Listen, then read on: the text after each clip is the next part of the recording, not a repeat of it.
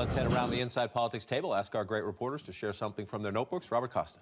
Governor Bobby Jindal of Louisiana, he may be a Catholic convert, he may be from a southern state, but he spent a lot of time this week making connections with Iowa evangelicals. I was with him in West Des Moines, and he spent over 3 hours shaking hands, making a speech about his conversion and his roots and his family's immigrant story. I think Jindal, as you see it up close, he's making a lot of connections in Iowa, and though he's a long shot contender for the Republican nomination, this is someone who's working it early. Rick Santorum did it last time, maybe Bobby Jindal this time. Robert, thank you. Margaret?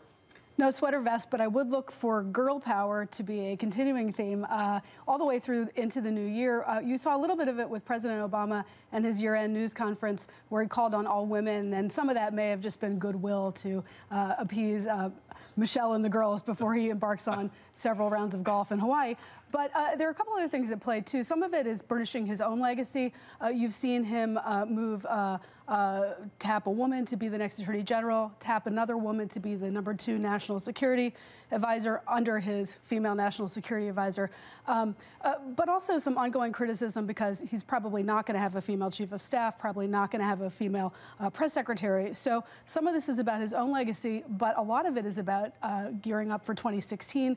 The woman's vote is going to be essential for Hillary Clinton. Republicans are trying to work on that as well, and you're seeing him sort of set up that fight going into the new year. First time we've had girl power mentioned at the table. That's always good. Jonathan? I have a story, John, in the paper today about Senator Warren and what she's up to, and obviously a lot of folks on the left were hoping that she runs for president. That almost certainly is not going to happen, but what is striking is how she is using her leverage in the Senate to sort of keep the party on more of a progressive path. I talked to a longtime friend of hers who said the Clintons don't understand this. They think this is all some kind of a setup for her to run for president, that this is part of some strategy.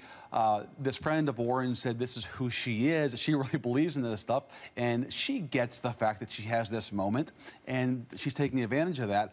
But this friend kind of chuckled. They said the Clintons are going crazy about this because they think that she's trying to sort of start to run for president, that she's not doing that. This is about policy and about advocacy. But that Warren is savvy enough to know that she has an opportunity now to sort of push Hillary Clinton, not in the race, but from the Senate. Push, push, push. Jonathan, thank you. Molly?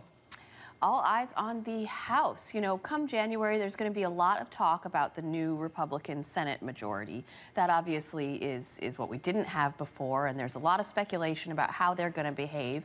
But it's really, I've been talking to sort of insiders on the Hill this week, and there's a lot more uncertainty about what's going to happen with the House.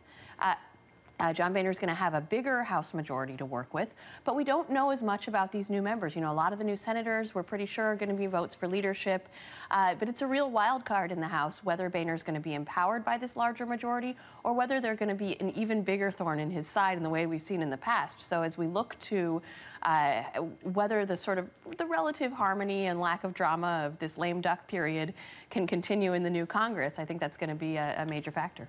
I'll close with a little bit more on that new Republican dynamic. January likely be a relatively peaceful month here in Washington. The new Congress will be organizing, and the president will deliver his State of the Union address. But February will stir some major Republican flashpoints. Congress, first and foremost, needs to revisit the immigration debate because it has to fund the Department of Homeland Security. And it is in February when the new Senate Majority Leader Mitch McConnell plans to have his promised vote to repeal Obamacare. Now, Mr. McConnell knows he does not have the votes for an Obamacare repeal or to force any sweeping reversals of new White House immigration policies. So what he's hoping for is to put some votes on the record and then look for incremental steps, some things with at least modest Democratic support.